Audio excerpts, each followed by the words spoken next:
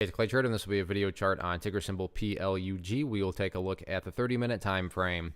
Real quick, what do I mean by 30-minute in case maybe you're new to charts? Instead of each one of these candlesticks here representing 1 day's worth of price action, which is what you would normally see, each one represents 30 minutes. So while this here may look like several days worth of time, it's actually just today's price action broken down into 30-minute time slices.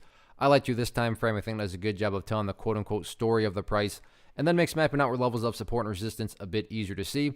A very, very nice day today. Sure, the price pulled back here a little bit, but from where the day started, still a good solid movement, and definitely some updates here need to be made from a support and resistance standpoint. So let's first start talking about areas of support. And the big level of support, and I'm not going to call it a must-hold do or die, but certainly a preferable area of support, and I think everybody would agree, is here at $1.22. Why is $1.22 so important? Well, I'm assuming most people want to see this price continue to progress forward and not go back to where it was. Like I said, I feel confident that I'm speaking for everybody from the bullish side of things. That is, that yeah, you want to see the price progress forward and not go back to where it was. And that's where $1.22 comes into play. If the price drops below there, or worse yet, separates to the downside, what is that doing at that point in time? Well, that's putting the price right back into this range that it was before the breakout, which happened right there. And like I said, just because the price go down there, again, I'm not saying that the entire chart's ruined, but as far as this breakout move is concerned, well, this would then be considered a fake breakout, because a true breakout is going to make progress, right?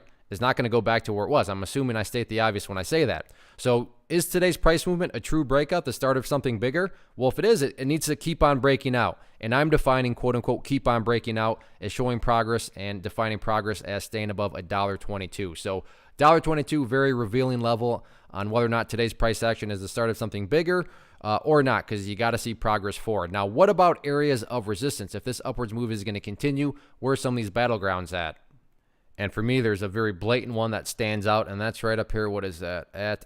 Kind of random, but $1.36. Why $1.36? Well, if you go through the history, especially, kind of multiple times there, and then once again right there.